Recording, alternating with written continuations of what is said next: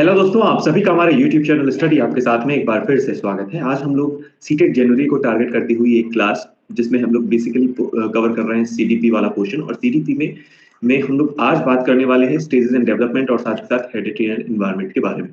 बेहद important lecture होने वाला है ये, और यहाँ से आपके जो 30 क्वेश्चन है 30 आउट ऑफ 30 लाने का जो हम सभी का प्रयास है उसे हम लोग सफल बनाने का पूरा प्रयास करेंगे। और जैसा कि आप सभी को पता है, इस पूरी सीरीज में या इस पूरे लेक्चर में हम लोग सिर्फ और सिर्फ एग्जाम ओरिएंटेड जितनी भी चीजें हैं उन सभी को डिस्कस कर रहे हैं। ये जो पूरी क्लास है, ये पेपर 1 और पेपर 2 दोनों के अभ्यर्थियों के लिए है, इसलिए सभी लोग ध्यान से देखना और लास्ट तक जरूर देखें, जिससे आपको सारी चीजें एज टेस्ट चीजें सारी समझ में आए। फिलहाल बिना के टॉपिक के बारे में आते हैं, और आज के टॉपिक में आने से पहले ऐसे सभी मेरे साथी जो पहली बार इस वीडियो से जुड़े हुए हैं वो चाहे तो हमारे चैनल को सब्सक्राइब भी कर सकते हैं, और साथ ही साथ अपने डिफरेंट सोशल मीडिया प्लेटफॉर्म्स पर इस सेशन को शेयर कर सकते हैं। सब्सक्राइब क्यों करना है? जिससे आपको समय समय पर क्लास की नोटिफिकेशन आसानी से मिल जाए। चलिए फिलहाल बात करते हैं स्टेजेस ऑफ डेवलपमेंट के बारे में। तो जब भी हम लोग बात करते हैं डेवलपमेंट या विकास के बारे में, तो पहले प्रीवियस लेक्चर में हमने आपको बताया था, हमने ये डिस्कस किया था कि डेवलपमेंट क्या होती है और ग्रोथ क्या होता है और फिर क्या क्या फैक्टर्स हैं, क्या क्या टाइप्स हैं, है ना। ऐसी सारी चीजें, साथ ही साथ उसके प्रिंसिपल्स के बारे में हमने ऑलरेडी डिस्कस कर लिया है। तो वृद्धि और विकास वाला जो हमारा पोर्शन है वो ऑलमोस्ट कंप्लीट हो चुका है। इसलिए अगर आपने अभी तक अगर क्लास नहीं देखी है तो प्रीवियस वाली क्लास देखें और उसके बाद यहाँ पर आए। ठीक है, तो विकास की जो स्टेजेस हैं उनके बारे में अगर हम लोग डिस्कस करें तो सबसे पहली स्टेज जो कुछ लोग मानते हैं वो क्या होती है, वो है prenatal age. Prenatal age, prenatal age यहाँ पे नहीं लिखा हुआ है तो आपको लिख लेना है। प्री नेटल एज क्या होती है? तो प्री नेटल एज की हिंदी होती है प्रसव पूर्ण अवस्था। प्रसव पूर्ण अवस्था, या इसी को आप क्या बोलते हैं, या इसी को बोलते हैं गर्भावस्था। तो ये वाली बात से अब आप आसानी से समझ पाएंगे, गर्भावस्था। जब हम लोग बात करते हैं प्री नेटल एज या गर्भावस्था की, तो उसका जो टाइम पीरियड है वो कितना होता है? तो अक्सर एग्जाम में ये वाली चीज पूछ ली जाती है, तो आपको ध्यान रखना है इसका जो टाइम पीरियड है वो 9 मंथ और 10 डेज का ये टाइम होता है। 9 मंथ 10 डेज।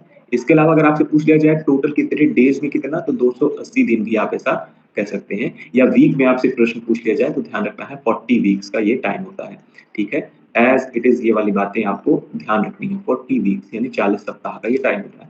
तो प्रीनेटल एज यानी गर्भावस्था। गर्भावस्था में जो डेवलपमेंट होता है वो किस तरह से होता है, तो आपको मैं बताने का प्रयास करता हूँ। जो गर्भावस्था में ये जो बॉडी का या हमारी बॉडी या बच्चे की बॉडी का विकास किस तरह से होता है, तो वो 2 तरीके से होता है। आप सभी को पता है उसकी डायरेक्शन क्या होती है, तो उस डायरेक्शन को आपको ध्यान रखना है।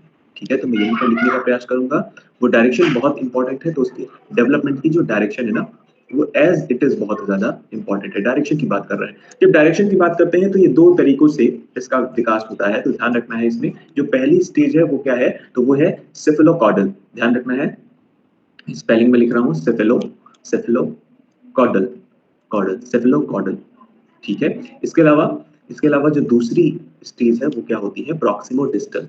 Proximo distal.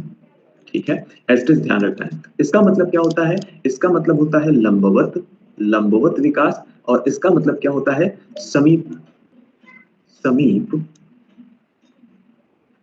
परस्थ और दूरस्थ, हिंदी में ऐसा इसे कहा जाता है। तो आप प्रॉक्सिमो डिस्टल ही याद रखें तो ज्यादा अच्छा है ना। लंबवत। अच्छा, विकास किस तरह से हो रहा है, तो ध्यान रखना इसमें हेड टू टो जाता है। किस तरह से विकास होता है भाई? तो विकास जो हो रहा है इसमें हेड टू टो, ध्यान रखना है। ऊपर सबसे पहले शरीर का कि कौन से अंग का विकास होता है, तो पहले हमारा सिर बनता है या हेड बनता है। इसके बाद वो विकास कहाँ तक जाती है, तो उसके बाद धीरे धीरे हमारी विभिन्न मांसपेशियों के द्वारा और फिर बहुत सारे बॉडी पार्ट में टू बनता है। दूसरा, प्रॉक्सिमो डिस्टल में डेवलपमेंट किस तरह से होता है, तो नियर टू फार आप ऐसा कह सकते हैं इसको, और इंग्लिश में नियर टू फार भी कहा जा सकता है। तो यहाँ पर सेंटर से पेरिफेरी यानी सेंटर के बाद इस तरह से विकास इसका होता है। मतलब एक पर्टिकुलर सेंटर है और सेंटर के चारों तरफ फिर विकास होता है। तो आप ऐसा कह सकते हैं कि सेंटर टू पेरिफेरी, ऐसा भी इसे कहा जाता है, सेंटर टू पेरिफेरी। ठीक है, तो दो डायरेक्शन है डेवलपमेंट की हमने बोल दिया, वो क्या है? तो सबसे पहले हेड बनता है, हेड से टो यानी ऊपर से नीचे की तरफ। जबकि प्रॉक्सिमो डिस्टल क्या है? सेंटर से चारों तरफ विकास होता है, यानी कि आप सेंटर से पेरिफेरी की तरफ जब जाते हैं तो वो विकास क्या कहलाता है, वो विकास क्या कहलाता है, वो डेवलपमेंट क्या कहलाता है, प्रॉक्सिमो डिस्टल। तो मुझे उम्मीद है कि ये दोनों बातें समझ में आई है। जब हम लोग बात करते हैं प्रसव पूर्ण अवस्था या प्रीनेटल एज की, तो प्रीनेटल एज का time period as it is ध्यान रखना है 9 मंथ 10 डेज, 280 दिन या 40 वीक, इस तरह से आपको ध्यान रखना है। अच्छा, बहुत सारे लोग नहीं मानते हैं, तो अगर प्रश्न ऐसा पूछ लिया जाए कि कितने स्टेजेस ऑफ डेवलपमेंट है, तो आपको सिर्फ 4 लिखना है। कौन-कौन सा 4 वाले ऑप्शन पे टिक करना है? क्या-क्या है भाई? इन्फेंसी, दूसरा अर्ली चाइल्डहुड, तीसरा लेटर चाइल्डहुड और फोर्थ है एडोलेसेंस, है ना? ये 4 आपको ध्यान रखना है। अगर आपसे इन जनरल पूछ लिया जाए कि प्रीनेटल एज क्या स्टेज ऑफ डेवलपमेंट में आता है, तो बिल्कुल आता है, ठीक है। 9 मंथ 10 डेज का टाइम पीरियड, 280 दिन या 40 वीक, एज इट इज ध्यान रखना है। विकास किस तरह से हो रहा है, तो मैंने विकास के स्टेज ऑफ डेवलपमेंट की बात हो रही है ना, यानी स्टेजेस क्या-क्या हैं, विकास की स्टेजेस क्या हैं, इस पर डिस्कस कर रहे हैं हम लोग, है ना? मतलब पहले किस तरह से इंसान था, या पहले क्या आया, उसके बाद क्या आया, उसके बाद क्या है, तो एक पर्टिकुलर स्टेजेस है, क्रम बाय क्रम। उन सारी चीजों यानी विकास किस तरह से हो रहा है, उसकी स्टेज क्या हो सकती है, उस पर हम लोग बात कर रहे हैं फिलहाल। मुझे उम्मीद है यहाँ तक आपको बातें समझ में आई होंगी। तो ये डायरेक्शन वाला ध्यान रखना है, as it is flow chart ध्यान रखना है। सेफलोकॉर्डल पूछा जाता है क्या होता है, तो हेड टू टो जाता है या लंबवत होता है, जबकि प्रॉक्सिमोडिस्टल क्या होता है, centre to periphery, centre to periphery. मुझे उम्मीद है ये वाली बातें भी आपको समझ में आ गई हैं। फिलहाल एक एक करके हम लोग अब डिस्कस करते हैं क्या, infancy, early childhood, letter childhood और एडोलेसेंस। बहुत ज्यादा इंपॉर्टेंट है, प्रश्न यहाँ से पूछा जाता है। सबसे पहले अगर हम लोग बात करें तो यही सारी चीजें, यही स्लाइड वाली चीजें ही एज इट इज आपको काम लेंगी पीडीएफ में। फिलहाल बात करते हैं सबसे पहले इन्फेंसी की। तो जब भी हम लोग इन्फेंसी की बात करते हैं, इन्फेंसी जिसको आप शैशवावस्था भी हिंदी में बोलते हैं, शैशवावस्था। मैं पूरी कोशिश करूंगा कि राइटिंग अपनी इंप्रूव करूं, ठीक है। तो शैशवावस्था आप थोड़ा सा मुझे सुनते भी जाएंगे। इन्फेंसी, इन्फेंसी का जो टाइम पीरियड है अक्सर ये एग्जाम में पूछा जाता है, तो ये आपको ध्यान रखना है 0 to 2 इयर्स, यानी कि जब बच्चा जन्म लेता है, जन्म ले लेता है, यानी प्रीनेटल एज यानी गर्भावस्था से बाहर आ जाता है, तब उसे कौन सी अवस्था बोलते हैं, तब हम बोलते हैं इन्फेंसी या शैशवावस्था। उस समय वो कौन सी एज का है, तो 0 से 2 साल के बच्चों को इन्फेंसी के अंतर्गत रखा गया है।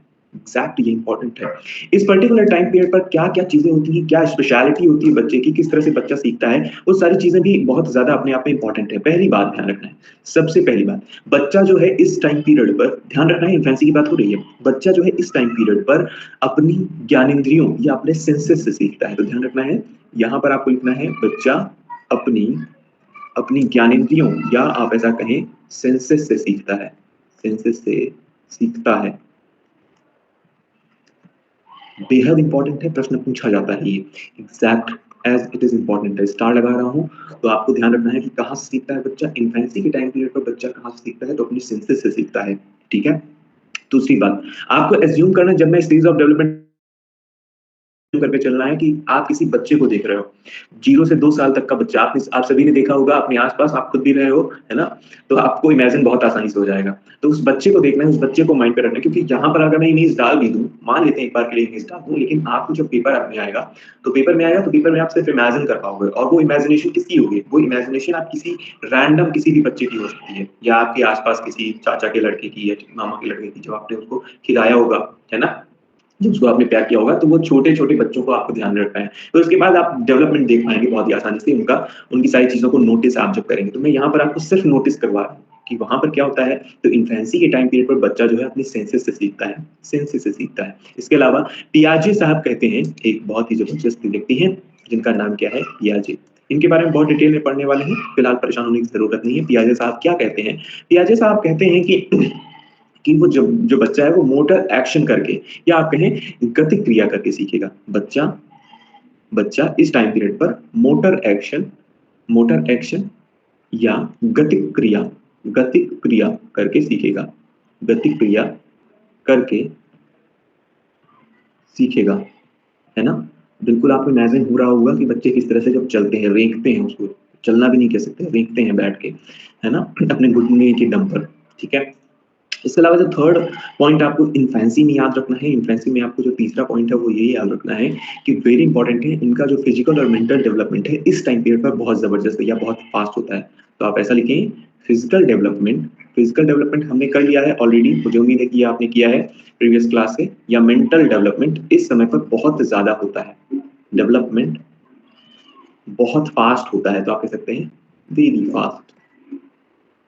क्या मैं बोल रहा हूँ, नहीं यही बात समझ में, या बहुत तेज होता है, ये वाली बात नहीं समझ में आ रही सर। मैं आपको बता रहा हूँ प्रश्न क्या पूछेगा एग्जैक्ट।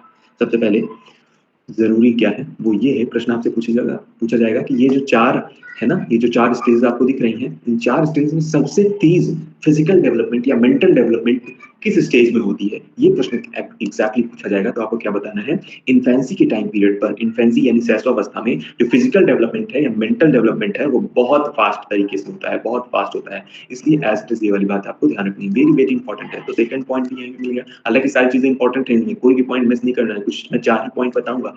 इसके अलावा अगली बात कि आपको ये ध्यान रखनी है कि ये जो पूरा पीरियड होता है, ये बहुत ही सेंसिटिव पीरियड होता है। तो ध्यान रखना है, ये बहुत ही सेंसिटिव पीरियड होता है। तो सेंसिटिव पीरियड भी आपको ध्यान रखना है कि बेहद सेंसिटिव पीरियड। तो इन्फेंसी यानी वही जो 0 से 2 साल का जो बच्चा है, वो अपनी सेंसेस से सीखता है। किस तरह से सीख रहा है? छोटे-छोटे उसके हाथ होते हैं, वो चल नहीं सकता है अपने से, खुद से नहीं सीखना, वो अपनी ज्ञानेंद्रियों का उपयोग करके उसकी उसकी जो ज्ञानेंद्रियाँ होती हैं, उसी से वो महसूस करता है, जो थोड़ा बहुत भी महसूस कर पाता है। वो सारी चीज़ें अपने सेंसेस से ऑलमोस्ट सीखता है। पियाजे साहब का क्या कहना है, इन्फेंसी के ड्यूरेशन में बच्चा जो है वो गतिक क्रिया करके सीखेगा, ऐसा किसका मानना है, पियाजे साहब का मानना है। इसके अलावा फिजिकल डेवलपमेंट और मेंटल डेवलपमेंट इन्फेंसी के टाइम पीरियड में बहुत फास्ट होती है, साथ ही साथ ये बहुत ही सेंसिटिव पीरियड कहलाता है। ठीक है, तो मुझे उम्मीद है कि यहाँ तक आपको बात समझ में आई होगी। बात करते हैं दूसरे सेकंड नंबर का जो है हमारा सेकंड नंबर जो है हमारा, वो आप सभी को पता है, वो क्या है stage, early development, early childhood. Early childhood, early childhood, इसे हिंदी में क्या कहते हैं भाई? तो पूर्व बाल्यावस्था, आप ऐसा कह सकते हैं, पूर्व बाल्यावस्था, बाल्यावस्था, as it is very very important है। ठीक है, पूर्व बाल्यावस्था, ये जो टाइम पीरियड है, ये कब कितने साल के बच्चों के लिए है? तो ध्यान रखना है, ये 2 से 6 साल के बच्चों के लिए है। 2 साल से 6 साल तक के बच्चों के लिए है, एज इट इज ये बात पता होनी चाहिए। तो मैं एक पिछली स्लाइड में मैंने ऐसे ही लिखा था, 0 टू 2 इयर्स के बच्चों के लिए शैशवावस्था, और अर्ली चाइल्डहुड किसके लिए? 2 से 6 साल के बच्चों के लिए। मतलब 2 से 6 साल तक का बच्चा जो है, जो अपने से चल रहा है अब, जो अपने से आप ऐसा कहीं बोल रहा है, मतलब 0 से 2 साल का बच्चा तो ऐसा कुछ बोलता है, जबकि 2 से 6 साल तक का बच्चा जो है वो बोलने लगता है ना? एक स्टेज पे आके वो बोलने लगता है। इस टाइम पे क्या होता है, या इस टाइम पे क्या-क्या चीज़ें होती हैं, तो आपको उस बच्चे को इमेजिन करना है, जो 2 से 6 साल तक का बच्चा है। वो क्या-क्या चीज़ें करता है? तो सबसे पहली चीज़ कि वो बहुत खिलौने की डिमांड करता है, बहुत ही ज़्यादा खिलौने की डिमांड करता है, या खिलौने से खेलना उसे बहुत पसंद होता है ना? जितने भी टॉयज़ होते हैं, बहुत सारे होते हैं, ब्लॉक हो गया, कार हो गया, बाइक हो गया, है ना? जितने भी अदर गेम्स हैं, उनसे खेलने में उसकी रुचि बहुत ज़्यादा होती है। तो आप ऐसा कह सकते हैं, ये जो पूरा पीरियड है अर्ली चाइल्डहुड का, ये जो पूरा पीरियड है उसे टॉय एज कहा जाता है। टॉय एज, टॉय एज, या टॉय एज जब हम कह रहे हैं, तो क्या इसे प्ले एज कहा जा सकता है? यानी खेलने में बहुत ज़्यादा रुचि है, अभी उसको पढ़ाई से कुछ खास लेना-देना है नहीं। इस वजह से आप इसे प्ले एज भी कह सकते हैं। तो आप ऐसा कहें, ये क्या है? एक प्ले एज भी है। प्ले एज है। प्ले एज के ये दोनों बातें किसने कही हैं? तो ये दोनों बातें, यानी टॉय एज या प्ले एज, ये किसने कही हैं? तो एरिक एरिक्सन ने ये वाली बात कही है। तो ये वाली बात भी आपको ध्यान रखनी है। तो एरिक एरिक्सन साहब ने ये कहा है कि अर्ली चाइल्डहुड एक टॉय एज है, एक प्ले एज है। इसके अलावा इसे प्री गैंग एज भी कहा जाता है। इसे दूसरा पॉइंट क्या ध्यान रखना है आपको? तो दूसरा पॉइंट आपको ध्यान रखना है, इसे प्री गैंग एज भी कहा जाता है। Pre gang as. Pre gang as क्यों कहा जाता है? क्योंकि उसे ग्रुप में खेलने में मजा आता है ना? उसके एक सॉलिड ग्रुप तो नहीं होते हैं, आप ऐसा कहें प्री गैंग एज, गैंग का मतलब होता है समूह, ग्रुप आप कह सकते हो, है ना? तो ये जो है पीरियड, इस समय पर आप वो बच्चा, उस बच्चे को, मतलब आप ऐसा कहें कि मान लेते हैं वो अपनी मम्मी के घर में, मम्मी के आस-पड़ोस में तो 4 बच्चे अभी उनको उनके हैं, उसकी उम्र के हैं, मतलब किसी एक बच्चे की, तो उनके साथ खेलने में उसको मजा आ रहा है। मतलब उसकी कोई सॉलिड बॉन्डिंग है, उनके साथ बढ़िया बन रहा है, मस्त खेल रहा है। लेकिन वही बच्चा अगर नानी के घर जाता है, नानी के घर में भी उसको 4 ऐसे ही बच्चे मिलते हैं अलग-अलग, तो वो उनके साथ भी खेलना पसंद करता है और उनके साथ भी बहुत ज़्यादा एन्जॉय करता है। तो आप ऐसा कह सकते हैं, उसकी कोई एक पर्टिकुलर फिक्स्ड गैंग नहीं है, उसको बस खेलने से मतलब है, एक समूह में खेलने से मतलब है, आप ऐसा कहें, गैंग मतलब समूह का मतलब है ना? एक ग्रुप का मतलब है। तो ग्रुप कहाँ से आ रहा है? तो कहीं का भी वो ग्रुप उसकी एज का है, उसके सिमिलर है, तो वो खेलना पसंद कर रहा है, बस उसको खेलने से मतलब है लिटरली।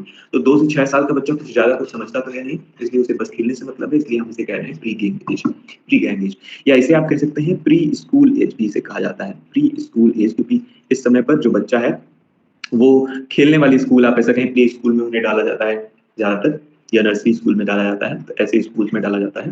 तो प्री गैंग एज या प्री स्कूल एज कहा जाता है। मुझे उम्मीद है ये दोनों बातें आपको समझ में आई होंगी। इसके अलावा ये जो पर्टिकुलर पीरियड है, ये बहुत ज़्यादा इम्पोर्टेंट है लैंग्वेज डेवलपमेंट के लिए, है ना? तो आप ऐसा कहें, important for language development, language development. आप ऐसा भी कह सकते हैं इसको, इसको इस तरह से भी कह सकते हैं कि जो इस टाइम पीरियड पर यानी अर्ली चाइल्डहुड के टाइम पीरियड पर जो लैंग्वेज डेवलपमेंट है ना, वो बहुत ज़्यादा फास्ट होती है। जैसे प्रीवियस वाले में मैंने आपको क्या बताया था, प्रीवियस यानी कि इन्फेंसी के टाइम पीरियड पर मैंने आपको बताया था फिजिकल डेवलपमेंट क्या होती है, बहुत ज़्यादा फास्ट हो फिजिकल या मेंटल डेवलपमेंट इन्फेंसी के टाइम पीरियड में बहुत फास्ट होती है। उसी तरह से जो अर्ली चाइल्डहुड का पीरियड है वो लैंग्वेज डेवलपमेंट के लिए बहुत फास्ट होती है। इस वजह से लैंग्वेज पर उस समय पर अर्ली चाइल्डहुड के टाइम पीरियड पर जो पेरेंट्स हैं, जितने भी उसके आसपास का समाज है, उनको देख करके उनसे सीखता है बच्चा, बहुत तेजी से सीखता है। उस समय पर उसके आसपास में जिस तरह की भाषा बोली जाएगी, उसी तरह की भाषा वो सीख लेगा और बहुत तेजी से सीखेगा। इसलिए इसे कहा जाता है इस टाइम पीरियड को, इस टाइम पीरियड में जो लैंग्वेज डेवलपमेंट है वो बहुत फास्ट होता है, बहुत ज्यादा इंपॉर्टेंट है। इसके अलावा अगर बात करें तो इस टाइम पीरियड पर सोशलाइजेशन भी बहुत तेजी से होता है। सोशलाइजेशन भी बहुत तेजी से होता है, वेरी फास्ट आफ्टर बर्थ। आप ऐसा कहें आफ्टर बर्थ, क्योंकि वो ग्रुप में मिल रहा है ना, और ग्रुप में अलग अलग बच्चे हैं, अलग अलग तरीके के बच्चे हैं, तो सोशलाइज्ड हो रहा है वो ज्यादा आसानी से लोगों के पास जा रहा है, घुल मिल रहा है, बैठ रहा है, सबके साथ खेल रहा है। तो आप ऐसा कह सकते हैं का जो सोशलाइजेशन है वो बहुत तरीके से, बहुत अच्छे तरीके से हो रहा है, बहुत तेजी से हो रहा है। उसके बाद जब होगा ना, यानी कि यही काम जब लेटर चाइल्ड पीरियड पर होंगे, यानी कि 6 से 12 साल की जब हम लोग बात करेंगे, तो वहां पर आप देखेंगे सारी चीजों में थोड़ी-थोड़ी सी आप ऐसा कहें लिमिटेशंस आ जाएँगी। जैसे कि मैं बात करूँ, या बिल्कुल खत्म हो जाएँगी कुछ चीज़ें, या बिल्कुल कुछ चीज़ों में लिमिटेशंस आ जाएँगी। कैसे आती हैं? बहुत ही ज़्यादा इंपॉर्टेंट है अर्ली चाइल्डहुड पीरियड, ये चारों पॉइंट आपको बिल्कुल याद होने चाहिए। साथ ही साथ ऐसा नहीं है कि इस टाइम पर फिजिकल डेवलपमेंट नहीं होता है, तो फिजिकल डेवलपमेंट तो चल ही रहा है, ध्यान रखना है, फिजिकल डेवलपमेंट भी चल रहा है। सोशलाइजेशन भी चल रहा है, या सोशल डेवलपमेंट भी चल रहा है, तो ध्यान रखना दोनों चीजें हैं। अर्ली चाइल्डहुड पर सोशल डेवलपमेंट भी हो रहा है, फिजिकल डेवलपमेंट। भाई फिजिकल डेवलपमेंट क्यों बोल रहा हूँ, फिजिकल डेवलपमेंट इसलिए बोल रहे हैं क्योंकि उसकी जो उंगलियां हैं वो बड़ी हो गई हैं धीरे धीरे, उसके जो बॉडी पार्ट्स हैं वो थोड़े थोड़े बड़े हो गए हैं, अब वो थोड़ा चल पा रहा है। 0 से 2 साल का बच्चा चल भी नहीं पा रहा होता है, वो रेंक रहा होता है ना, घुटने के बल में। जबकि जब 2 से 6 साल का बच्चा अपने पाँव पे चलने लगता है, अपने हाथ से चीज़ों को उठाने लगता है, खाने लगता है, ये सारी चीज़ें होती हैं। तो मुझे उम्मीद है कि फिजिकल डेवलपमेंट तो चलता रहेगा, कहाँ तक चलेगा? तो फिजिकल डेवलपमेंट एक ऑलमोस्ट आप ऐसा कहें कि फिजिकल डेवलपमेंट में एक पर्टिकुलर स्टेज पे आकर वो रुक जाएगी। आप ऐसा कहें स्पेशली हाइट की बात करें, फिजिकल डेवलपमेंट का एक हिस्सा है हाइट, तो हाइट क्या हो सकती है, एक समय पर आकर रुक सकती है। वो है ना? तो वो रुक सकती है, तो वो कब कब रुकेगी? तो वो इन चारों स्टेजेस में कहीं नहीं रुकती है। ध्यान रखना, सबसे अच्छी बात क्या है? सबसे अच्छी बात ये है कि इन चारों स्टेजेस में कहीं नहीं रुकेगी। सर क्यों नहीं रुकेगी? क्यों नहीं रुकेगी? क्योंकि आप देखो ना कि जितने भी बच्चे हैं, जितने भी स्टूडेंट हैं, ऑलमोस्ट ऑलमोस्ट 18 साल की उम्र तक उनकी एज बढ़ती है। उसके बाद ऐसा कहा जाता है कि 18 साल के बाद जो है आपकी एज नहीं बढ़ेगी, ऐसा कहा जाता है। ऐसा कुछ है 20 साल या ऐसा कुछ कहा जाता है। मतलब 18 साल तक ऑलमोस्ट ऑलमोस्ट जो फिजिकली जो बच्चे हैं वो बढ़ते हैं, ठीक है? इसलिए ऐसा कहा जाता है। चलिए, फिलहाल बात करते हैं लेटर लेटर चाइल्डहुड के बारे में। तो थर्ड जो जो है हमारा वो है letter childhood. Letter childhood letter childhood की बात हो रही है। लेटर चाइल्डहुड की जब हम लोग बात करते हैं तो इसे क्या कहा जाता है हिंदी में? तो इसे उत्तर बाल्यावस्था कहा जाता है। उत्तर बाल्यावस्था, बाल्यावस्था इसे कहा जाता है। सर नहीं आया समझ में? बिल्कुल आएगा समझ में, कैसे नहीं आएगा? उत्तर बाल्यावस्था क्या है? तो 6 से 12 साल के जो बच्चे होते हैं, 6 से 12 साल के जो बच्चे होते हैं, उन्हें लेटर चाइल्डहुड पीरियड में रखा गया है। सर इसमें क्या होगा? इसमें भी हम लोग कुछ प्रॉपर्टीज डिस्कस करेंगे कि इस समय पर बच्चे किस तरह के होते हैं, किस तरह के। तो हमने इसके पहले कहा था, आपको याद हो कि जो अर्ली चाइल्डहुड पीरियड है, अर्ली चाइल्डहुड पीरियड है, उस टाइम पीरियड पर गैंग एज तो होती है, लेकिन कैसी होती है? प्री गैंग एज होती है। वहां पर मतलब बच्चे की एक फिक्स्ड गैंग नहीं है, वो चाह रहा है कि यहाँ पर भी हमें गैंग मिल जाए, फिर हम जाए नानी के घर तो वहां पे भी मिल जाए, फिर वो चाचा के घर जाए तो वहां पे भी उसको मिल जाए गैंग। तो वो खेलना पसंद कर रहा है अलग अलग ग्रुपिंग के साथ, उसकी कोई एक फिक्स्ड गैंग नहीं है। लेकिन यहाँ पर क्या होगा, यानी कि 6 से 12 साल का बच्चा जो कि अब स्कूल जाने लगेगा, उसके साथ क्या होगा? उसकी एक पर्टिकुलर गैंग बन जाएगी, और फिक्स्ड गैंग बनती है। हम लोगों की बनी थी और अभी भी बनती है ऐसा। तो ये हर दौर के बच्चों के साथ होगा ये बिल्कुल, तो ये बिल्कुल स्टैटिक है, आप ऐसा कह सकते हैं। तो इसे आप कहते हैं गैंग एज। गैंग एज पहली बात। दूसरी बात आप क्या कहेंगे? दूसरी बात हम कहेंगे कि ये एलिमेंट्री स्कूल एज है। एलिमेंट्री स्कूल एज है। एलिमेंट्री स्कूल एज है, क्योंकि इस समय पर बच्चा स्कूल जाने लगा, उसकी गैंग बनने लगी है, अब उसे लोगों में इंटरेस्ट यानी अपने ग्रुप के साथ रहने में इंटरेस्ट आ चुका है। अब वो कोई 4 तरह के ग्रुप नहीं बनाता है, उसकी एक फिक्स्ड गैंग है, एक फिक्स्ड ग्रुप है ना? अब वो अपने ग्रुप से बाहर जाकर खेलना उतना पसंद नहीं करता है। जैसे मान लेते हैं स्कूल में उसके 4 फ्रेंड हैं, वो उन्हीं 4 फ्रेंड के साथ रहेगा, उन्हीं 4 फ्रेंड के साथ खाएगा, उन्हीं के साथ खेलेगा, सब कुछ उन्हीं के साथ करना पसंद कर रहा है। वो अलग-अलग लोगों के साथ इंटरैक्ट करने की कोशिश नहीं कर रहा है। तो आप ऐसा कहें गैंग एज या एलिमेंट्री स्कूल एज क्यों कह रहे हैं? क्योंकि बच्चा स्कूल अब जाने लगा है, उसकी पढ़ाई लगभग-लगभग शुरू हो चुकी है बहुत ही अच्छे तरीके से। इसके अलावा इस टाइम पर पीरियड पर जो फ्रेंड्स बनते हैं आप ऐसा कहें, वो बहुत लंबे समय तक चलते हैं। उसकी जो फ्रेंडशिप है ना, वो बहुत लंबे समय तक चलती है। तो आप ऐसा कह सकते हैं लॉन्ग टर्म फ्रेंडशिप एज भी इसे कह सकते हैं, लॉन्ग टर्म फ्रेंडशिप एज। और मेरे खुद के ऐसे बहुत सारे फ्रेंड हैं जो मतलब जब मैं 6 से 12 साल की उम्र में था, उस समय के जो मेरे दोस्त बने थे, वो आज भी मेरे दोस्त हैं। वैसे ही आपके भी दोस्त हो सकते हैं। हो सकता है समय के अभाव में या किसी भी अन्य रीज़न की वजह से आप जब इतने बड़े हो गए तो हो सकता है वो छूट गए हों किसी न किसी वजह से। लेकिन उस समय की जो दोस्ती है वो बहुत ज़बरदस्त होती है, वो बहुत लंबे समय तक चलती है। अगर वो हैं, तो जब भी मिलेंगे तो आप वो पुरानी यादें बहुत अच्छे से आपको ताज़ा होंगी और आप उनसे बहुत सारी चीज़ें डिस्कस करेंगे कि हम लोग बचपन में ऐसा किया करते थे, ये सब चीज़ें। तो जो 6 से 12 साल की जो एज में जो फ्रेंडशिप होती है, वो बहुत प्योर होती है। वहाँ पर कोई किसी भी तरह का स्वार्थ नहीं होता। इस वज़ह से आप ऐसा कह सकते हैं कि वो जो फ्रेंडशिप है, वो बहुत प्योर है और वो बहुत लंबे समय तक चलती है, इसलिए इसे कहा गया है long term friendship age. Next 4th point की बात करते हैं। 4th पॉइंट है इसे गेम एज भी कहा जाता है। गेम एज या आप ऐसा कहें स्पोर्ट्स में बहुत अच्छी रुचि होती है बच्चों की, खेलना पसंद करते हैं इसलिए गेम एज इसे कहा जा रहा है, सिंपल सा है। इसके अलावा यहाँ पर स्यूडो मैच्योरिटी होती है, स्यूडो मैच्योरिटी या आप ऐसा कहें हिंदी में इसे क्या बोलेंगे मिथ्या परिपक्वता। मुझे उम्मीद है कि परिपक्वता, ठीक है? तो आपको मैनेज करना है मिथ्या परिपक्वता। स्यूडो मैच्योरिटी मिथ्या परिपक्वता में कहने का मतलब मैच्योरिटी मतलब हम आज आपके अंदर मैच्योरिटी आ चुकी है, हमारी एज में मैच्योरिटी अच्छे से आ चुकी है, वो पूरी मैच्योरिटी है। जहाँ पे आपको चीज़ें सही क्या है, एग्ज़ैक्ट समझ में आती हैं, गलत क्या है, वो भी चीज़ें समझ में आती हैं। लेकिन उस समय पर क्या होता है 6 से 12 साल का जो बच्चा होता है ना, वो अपनी धुन में सवार रहता है। उसको जो उसने जो कह दिया उसको वही चाहिए। उसने कह दिया कि मुझे ये चाहिए, ऐसा ही होता है तो वो बिल्कुल उसी में खोया रहेगा, उसको वही सही लगता है। इसलिए बहुत ध्यान देना होता है लेटर चाइल्डहुड पीरियड यानी 6 से 12 साल की उम्र का जो बच्चा होता है ना, उस पर बहुत ध्यान देने की आवश्यकता होती है। क्यों?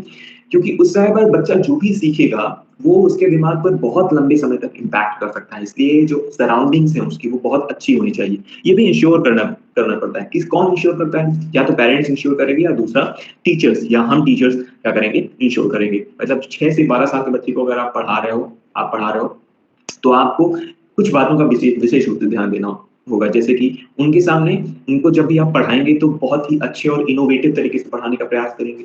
दूसरी चीज़, उनके सामने ऐसा कोई व्यवहार नहीं करेंगे जिससे उनके दिमाग में इम्पैक्ट हो। जैसे कि किसी दूसरे बच्चे के सामने मारना, ठीक है? मारने से या पीटने से वो सारी चीज़ें गलत प्रभाव पड़ती हैं, उसका प्रभाव गलत पड़ता है। हालाँकि हम सबको बचपन में बहुत मार पड़ी है, आप सभी को भी पड़ी होगी। लेकिन लेकिन आज का जो एजुकेशन है, जो आज एजुकेशन चल रहा है, वो ऐसा नहीं कहता। हमें मतलब बच्चों की जो मेंटालिटी है, जो साइकोलॉजी है ना, उसे समझ करके हमें नॉलेज उन्हें देनी होती है। स्पेशली हमें उन्हें पढ़ाना होता है। इसलिए बहुत इम्पोर्टेंट है कि उनके सामने आप किस तरह का बिहेव कर रहे हो या किसी भी स्टूडेंट के सामने आप किस तरह का बिहेव कर रहे हो, ये बहुत इम्पोर्टेंट है। ठीक है? चलिए, फिलहाल बात करते हैं स्यूडो मैच्योरिटी क्यों बोला हमने? क्योंकि वो अपनी हवा में उड़ता रहता है, अपनी धुन में कि हम ही अच्छे लग रहे हैं, सबसे सुंदर हम हैं, सबसे मतलब इस तरह की चीज़ें हैं। जो बेसिकली आपको समझ में आ रही है। स्यूडो मैच्योरिटी क्या होती है? मिथ्या परिपक्वता मतलब है नहीं एक्चुअली में, लेकिन फिर भी उसे लग रहा है। मतलब वो मैच्योर नहीं है, फिर भी उसको लग रहा है कि मैं मैच्योर हूँ। ऐसी कुछ बात है मिथ्या परिपक्वता की या स्यूडो मैच्योरिटी की। इसके अलावा इस टाइम पीरियड की खास बात क्या है? इस टाइम पीरियड की जो खास बात है, वो ये है कि इस समय पर जो फिजिकल डेवलपमेंट होता है ना, फिजिकल डेवलपमेंट वो क्या हो जाता है? स्लो हो जाता है। इस टाइम पर जो फिजिकल डेवलपमेंट है वो स्लो हो गया। या आप कहें जो मोटर डेवलपमेंट है वो क्या होता है? फास्ट होता है। मोटर डेवलपमेंट क्या होता है? फास्ट होता है। तो ये दोनों बातें ध्यान रखनी है। फिजिकल डेवलपमेंट बहुत ही स्लो होगा, जबकि मोटर डेवलपमेंट फास्ट होगा। इसके अलावा ध्यान रखना है कि इस समय पर, इस पर्टिकुलर समय पर इंडस्ट्री वर्सेस इंफीरियॉरिटी वाला जी ये जो कॉन्सेप्ट है ये मैं आपको बाद में बताऊँगा, लेकिन फिलहाल यहाँ पर हम लोग लिख रहे हैं क्या है? Industry versus versus inferiority. ये किसने कहा है? इस टाइम पीरियड पे हुआ है ये और किसने कहा है? एरिक एरिक्सन ने कहा है। सर है क्या ये? अरे इंडस्ट्री वर्सेस इंफीरियॉरिटी, यानी उसे इंफीरियॉरिटी कॉम्प्लेक्स से बहुत जल्दी हो जाते हैं। इंफीरियॉरिटी कॉम्प्लेक्स क्या है? कहने का मतलब बिल्कुल सिंपल सा है कि कोई बच्चा जैसे 12 साल का जो बच्चा है ना, उसके दिमाग पर लोगों का प्रभाव या सोशल जो प्रभाव है वो बहुत जल्दी पड़ता है। जैसे कि उस समय पर मान लीजिए किसी बच्चे को प्रताड़ित किया जाता है तो बिल्कुल वो सारी चीज़ें प्रताड़ित करने का मतलब टॉर्चर करना या उसे बुली करना, इस तरह की चीज़ें जो क्लासरूम में होती हैं, वो सारी चीज़ों से उसे इंफीरियर फ़ील होने लगता है। साथ ही साथ उस समय पर अगर कोई बहुत अच्छी चीज़ सिखाई जाए तो बहुत लंबे समय तक वो चलती है, ऐसे हम इंडस्ट्री बोल रहे हैं। इंडस्ट्री वर्सेस इंफीरियॉरिटी बहुत सिंपल सा है। तो जैसे कि आपको याद होगा कि उस समय पर ये जो पीरियड है, ये जो पर्टिकुलर पीरियड है, इस पीरियड पर कोई बस किसी बच्चे को बहुत या हम सभी को बहुत अच्छे कोई टीचर्स मिले होंगे, जिन्होंने बहुत अच्छी-अच्छी बातें बताई होंगी, वो टीचर हमें बहुत पसंद आया होगा और उस टीचर का नाम हमें अभी तक याद होगा। क्यों बोल रहे हैं हम ऐसा? क्योंकि इस समय पर जो जो माइंड है हमारा वो बहुत प्योर होता है और बहुत अच्छे से चीज़ों को ग्रास्प करता है और बहुत लंबे समय तक वो चीज़ें याद रहती हैं। इसके अलावा जो अगला वाला पीरियड है, उस समय पर क्या होगा? उस समय पर यही सारी चीज़ें थोड़ी-थोड़ी कम होने लगेंगी। यही सारी चीज़ें धीरे-धीरे कम होने लगेंगी। तो ये वेरी बहुत ज़्यादा इम्पोर्टेंट है कि कोई भी बच्चे किसी भी बच्चे का जो एनवायरनमेंट है, किसी भी बच्चे का जो वातावरण है, वो बहुत किस तरह का होना चाहिए, ये बहुत इम्पोर्टेंट है। मतलब किस तरह से सुटेबली आप शिक्षा दे पाएँ, जैसे कि मैंने वो एग्ज़ाम्पल बताया कि बच्चों के सामने किसी भी तरह का अभद्र व्यवहार नहीं करना चाहिए, किसी भी फ़ॉल्स लैंग्वेज का यूज़ नहीं करना चाहिए बच्चों के सामने। किन-किन पैरामीटर्स को ध्यान रखकर पढ़ाना चाहिए उन्हें, है ना? तो वो सारी चीज़ें बेसिकली इंडस्ट्री वर्सेस इंफीरियॉरिटी कॉम्प्लेक्स को लाती हैं। किसने कहा? एरिक एरिक्सन साहब ने कहा। ठीक है, मुझे उम्मीद है कि ये सारी बातें आपको समझ में आई होंगी। क्या-क्या है भाई?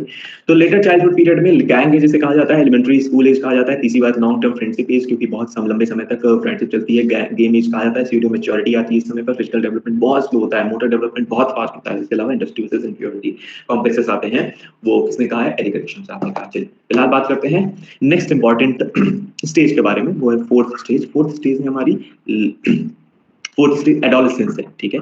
एडोलेसेंस, एडोलेसेंस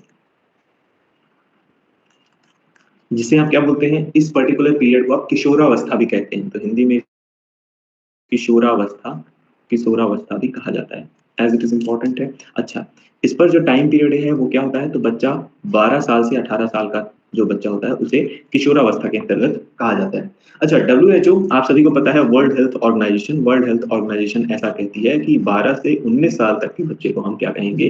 एडोलेसेंस या किशोरावस्था की एज में डालेंगे, एडोलेसेंस। कहने का मतलब क्या है? यहाँ पर 2 अलग-अलग चीज़ें हैं। क्या ध्यान रखें, अगर आपसे प्रश्न पूछ लिया जाए डब्ल्यूएचओ के अनुसार किशोरावस्था की उम्र क्या है? मैक्सिमम उम्र क्या है? तो आप क्या बताएँगे भाई? 19 इयर्स। यहाँ पे लिखा हुआ है 19 इयर्स डब्ल्यूएचओ के अनुसार। अगर नॉर्मल तरीके से पूछ लिया जाए कि भाई किशोरावस्था की फाइनल एज क्या होती है या मैक्सिमम एज क्या होती है? तो आप क्या बताएँगे? 18 इयर्स। बेहद सिंपल है, दोनों पर ध्यान रखना ज़रूरी है क्योंकि अक्सर ये प्रश्न पूछा गया है और कई बार पूछा गया है कि मैक्सिमम एज क्या होगी? डब्ल्यूएचओ के अनुसार इसकी एडोलेसेंस की, तो आपको क्या बताना है? 19 ईयर। वेरी इंपॉर्टेंट है। फिलहाल बात करते हैं किसकी? फिलहाल हम लोग बात करते हैं कि इस टाइम पीरियड पर क्या-क्या चीज़ें होंगी। चलिए, फर्स्ट पॉइंट जो है हमारा, इस पीरियड को हम लोग ट्रांजिशनल पीरियड कहते हैं। ट्रांजिशनल पीरियड कहते हैं। ट्रांजिशनल पीरियड कहते हैं। ट्रांजिशनल पीरियड क्यों कहते हैं भाई? इस समय पर या इसे परिवर्तन, हिंदी में क्या बोल सकते हैं इसे? परिवर्तन का काल, परिवर्तन का काल। परिवर्तन का काल। परिवर्तन का काल क्यों कह रहे हैं? इस समय पर जो फिजिकल चेंजेस होते हैं ना बॉडी पार्ट्स में, वो बहुत ही अलग तरीके के होते हैं। जैसे कि बच्चों की मूंछें निकलने लगती हैं, है ना? तो उससे भी साथ-साथ आवाज़ उनकी भारी होने लगती है। तो ये सारे जो परिवर्तन है उस समय पर, ये सारे परिवर्तन किस एज में हो रहे हैं? तो ये सारे परिवर्तन किशोरावस्था में हो रहे हैं। मतलब बच्चा जब किशोर हो रहा है, थोड़ा बड़ा हो गया है, 12 से 18 साल का जो बच्चा है ना? उसकी दाढ़ी आने लगेंगी, ये सब वगैरह। तो बिल्कुल सिंपल सी बात है, ऐसा हम लोगों के साथ हुआ है, हम लोग देखते हुए आ रहे हैं। गर्ल्स में भी कुछ चेंजेस होते हैं, वो सब सारी चीज़ें भी आप सभी को पता है। तो ट्रांजिशनल पीरियड इम्पोर्टेंट है, ध्यान रखना है। ट्रांजिशनल पीरियड किसे कहा जाता है? एज़ इट इज़ प्रश्न, सिंपल प्रश्न इसी तरह पूछा जाता है, ट्रांजिशनल पीरियड किसे कहा जाता है?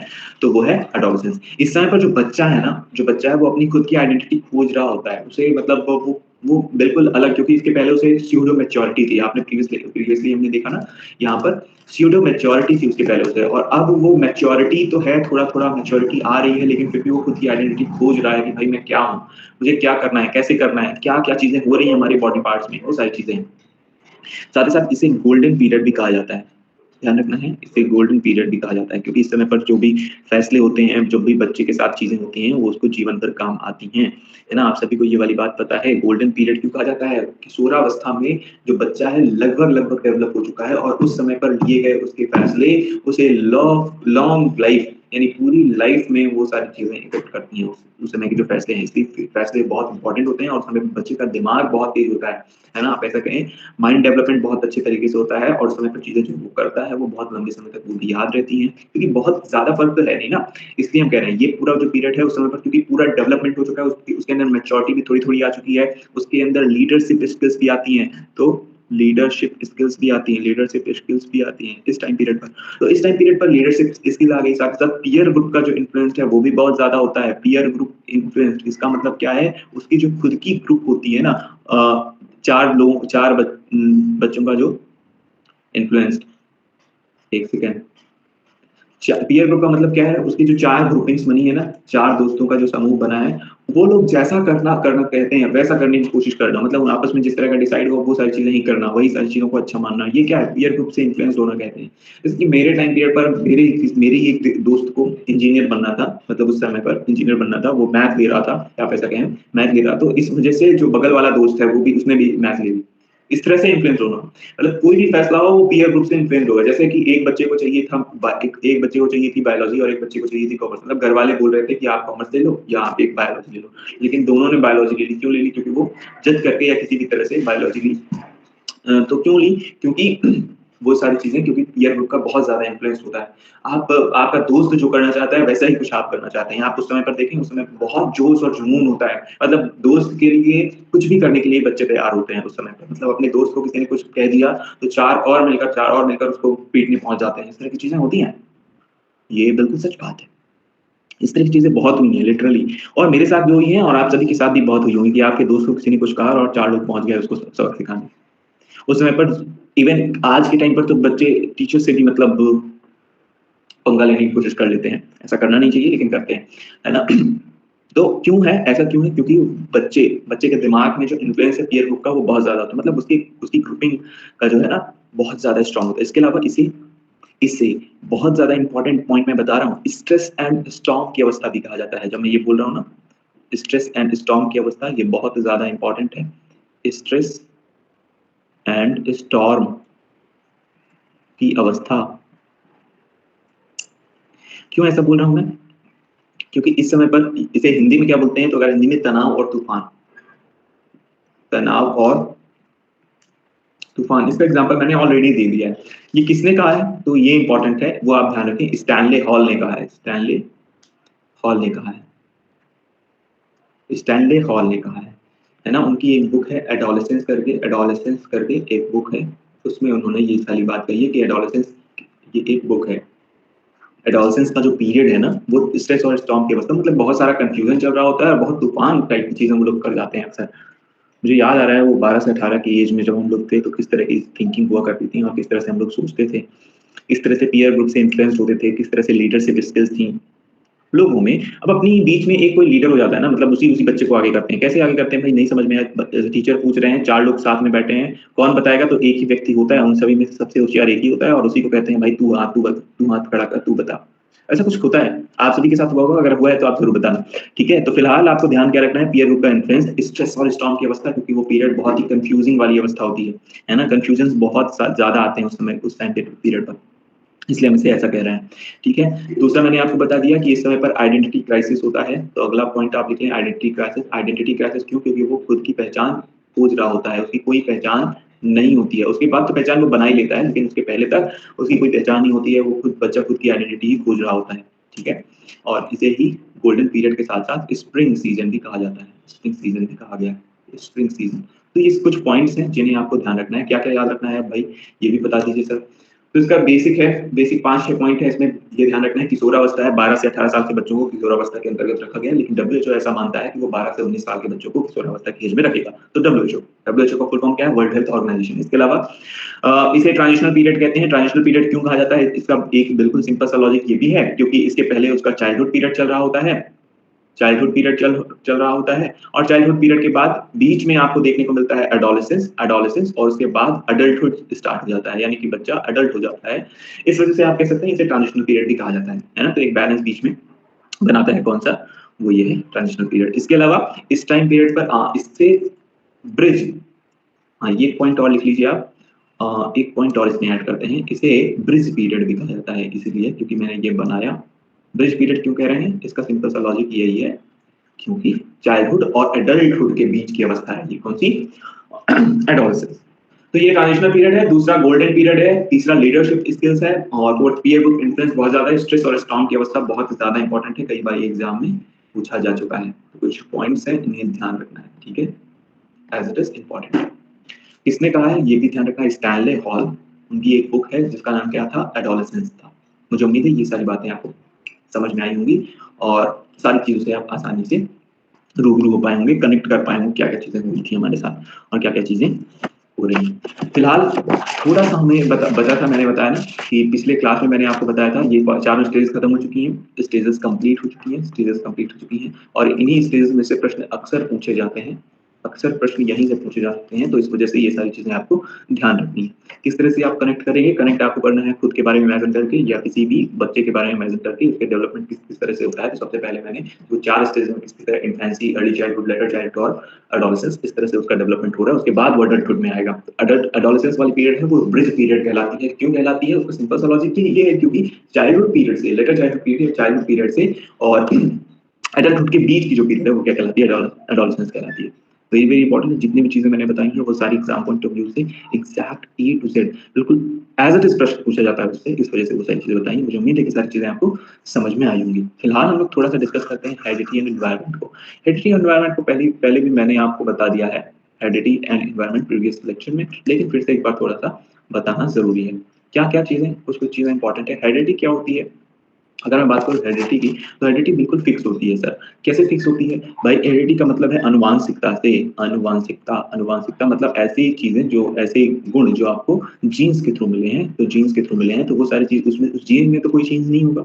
इस वजह से आप ऐसा कहें ये फिक्स्ड है, ये फिक्स्ड है, ठीक है, या आप ऐसा कहें ये स्टैटिक है।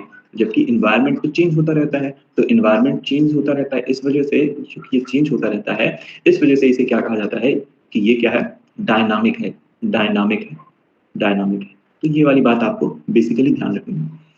हेरिडिटी आपसे पूछ लिया जाए कि हेरिडिटी फिक्स्ड, हेरिडिटी क्या है? फिक्स्ड और स्टैटिक है, तो इन दोनों में से कौन सा फिक्स्ड है, कौन सा स्टैटिक है? तो ध्यान रखना हेरिडिटी क्या है?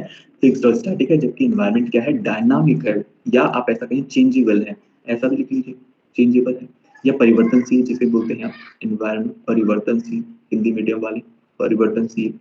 तो ये दोनों बातें आपको ध्यान रखनी है, ठीक है। मुझे उम्मीद है कि ये सारी चीज बातें आपको समझ में आई होंगी। और प्रीवियस लेक्चर में मैंने आपको बताया था एक और बात जो आपको लिखना है इसमें, growth and development, development are the product of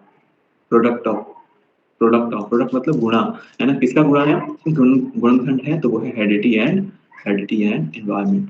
यानी कि सारी चीजें जो हैं, हम बच्चे का विकास या हमारा डेवलपमेंट या हमारी ग्रोथ, सब कुछ किस पर डिपेंडेंट है? सब कुछ डिपेंडेंट है हेरिडिटी और साथ साथ एनवायरनमेंट पर। तो अगर पूछ लिया जाए growth and development are depends on which of the following, तो ऐसे 4 फैक्टर्स दे दिए जाए, एक में लिख दिया जाए हेरिडिटी, एक में लिख दिया जाए एनवायरनमेंट, एक में लिख दिया जाए हेरिडिटी एंड एनवायरनमेंट और एक में लिख दिया जाए नन ऑफ द अबव, तो आपको क्या लगाना है? हेरिडिटी एंड एनवायरनमेंट वाले ऑप्शन पर टिक करना है, क्योंकि इन दोनों का ये दोनों फैक्टर बहुत ज्यादा इंपॉर्टेंट है, ठीक है।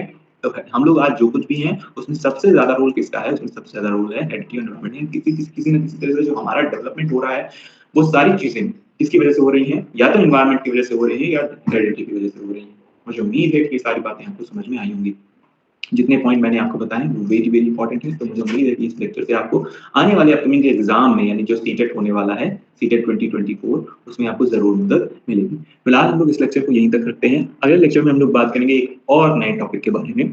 तब तक के लिए आप सभी अपना ध्यान रखिए, साथ ही साथ इस वीडियो को, अपने सेशन को अपने डिफरेंट सोशल मीडिया प्लेटफॉर्म पर शेयर कीजिए। इसका अगर आप पीडीएफ चाहते हैं तो टेलीग्राम का जो हमारा ग्रुप है स्टडी आपके साथ, आपको उसकी link more about the channel, जो हमारे चैनल का मोर अबाउट द चैनल वाला सेक्शन है, वहाँ पे टेलीग्राम की लिंक मिल जाएगी, या फिर आप टेलीग्राम पर डायरेक्ट जाकर सर्च करें, वहां से भी आपको ये सारी चीजें मिल जाएंगी।